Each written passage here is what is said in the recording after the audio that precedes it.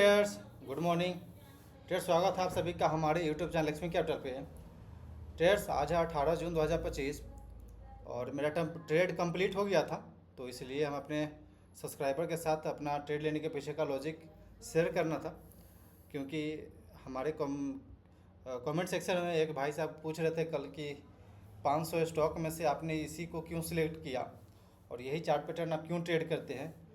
तो उनको बताना चाहते हैं कि भाई हम बहुत लगभग 2-3 साल से उस चार्ट पैटर्न पर प्रैक्टिस करते आ रहे हैं। लगभग पूरे साल पिछले साल हम प्रॉफिटेबल रहे थे, बट इस साल में आप थोड़ा देखेंगे तो थोड़ा सा ड्रॉडाउन में अभी चल रहा है। लेकिन फिर भी हम ऐसा नहीं है कि हम अपने सेटअप पे अपने जो डिसिप्लिन हर एक चीज़ हम ब्रेक कर रहे हैं।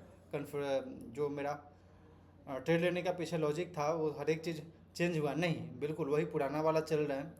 पुराने वाले सेटअप को ही हम फॉलो कर रहे हैं। तो आते हैं, चलते हैं, हर एक चीज़ बातें करेंगे। वीडियो को बिल्कुल अंत तक देखिएगा, क्योंकि वीडियो को बिल्कुल अंत तक देखिएगा तो समझ पाइएगा कि क्यों हम ट्रेड लिए और कैसे ट्रेड लेते हैं, क्या लॉजिक होती है। सबसे इम्पोर्टेंट बात की ट्रेडर्स, हम कुछ दिन तक बस इस तरह का ट्रेड करेंगे, उसके बाद हम वापस से लाइव इंट्राडे ट्रेडिंग पे आ जाएंगे। तो सबसे पहले हम मार्केट कैसे व्यू बनाते हैं उसके ऊपर पहले बात कर लेते हैं कि हमें बाइंग जाना है कि सेलिंग जाना है। क्योंकि मॉर्निंग में सबसे क्लियर होना चाहिए कि आपको बाइंग करना है कि सेलिंग करना है। तो ट्रेड्स, ये निफ्टी का चार्ट है। ज़्यादातर हम निफ्टी 500 का चार्ट देखते हैं। दो चार्ट के बाद हमारा क्लियर हो जाता है व्यू कि हमें बाइंग जाना है या सेलिंग जाना है। तो ट्रेड सिंपल आप देखेंगे तो ये प्रीवियस रेजिस्टेंस था यहाँ पे। कल के एनालिसिस वाला वीडियो में भी हमने बताया था ये सब बातें।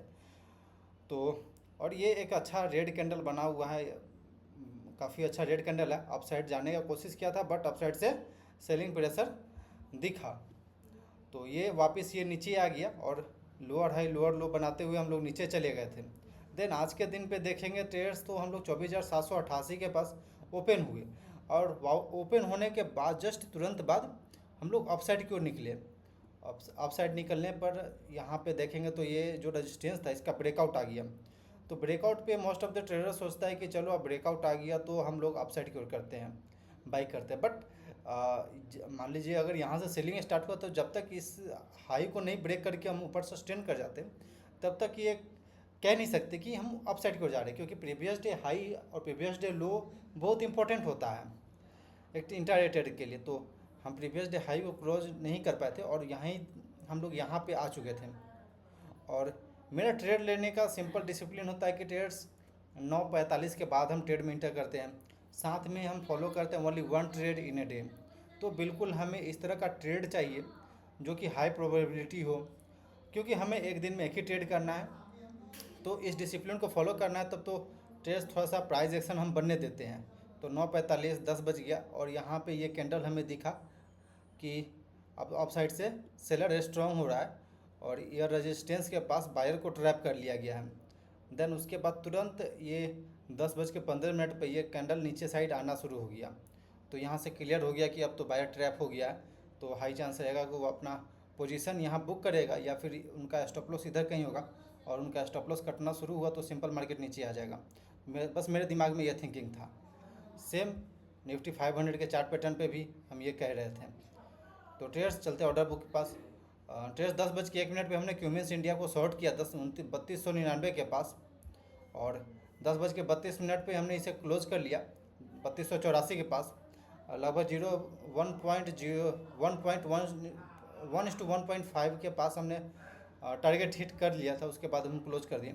तो ट्रेड्स, चार्जेस का बात करें तो चार्जेस लगभग 94 रुपया कटा है मेरा आज के दिन पे।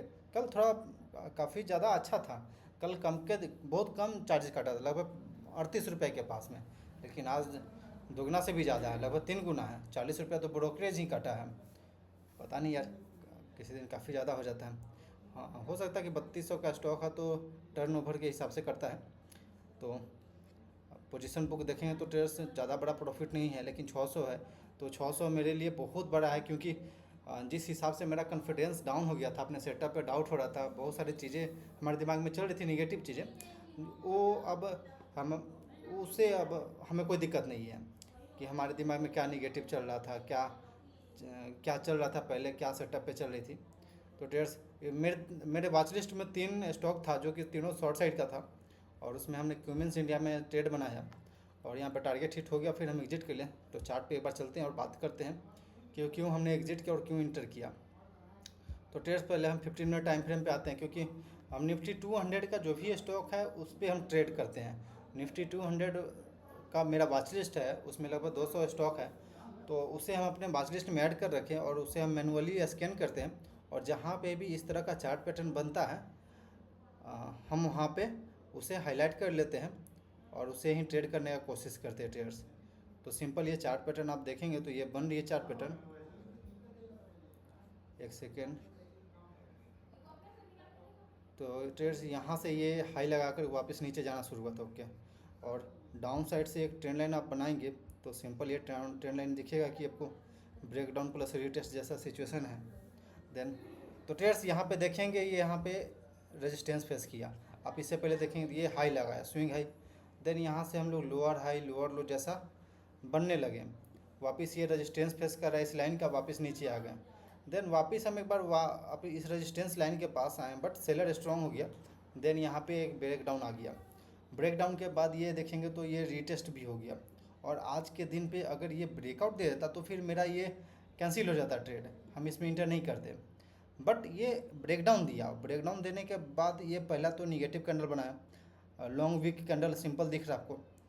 तो ये हमें क्लियर हो गया कि यहाँ पे हम रीटेस्ट कर चुके हैं। देन ये एक छोटा सा कैंडल बनाया।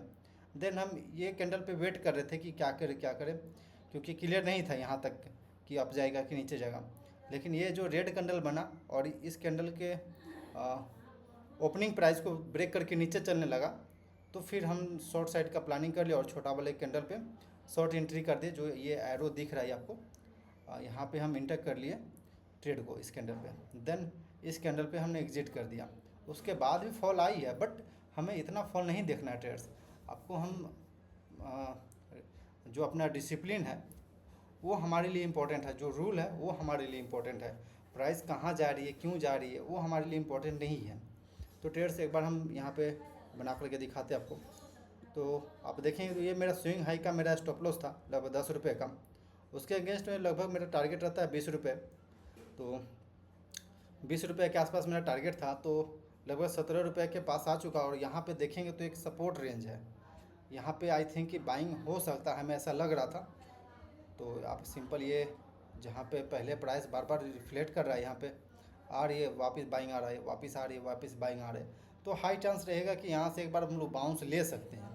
तो बस इसी कैंडल के पास हमने अपना प्रॉफिट बुक कर लिया, क्योंकि मोस्टली टारगेट होता है 1:1.5 या फिर 1:2 तक मेरा होल्ड करने का।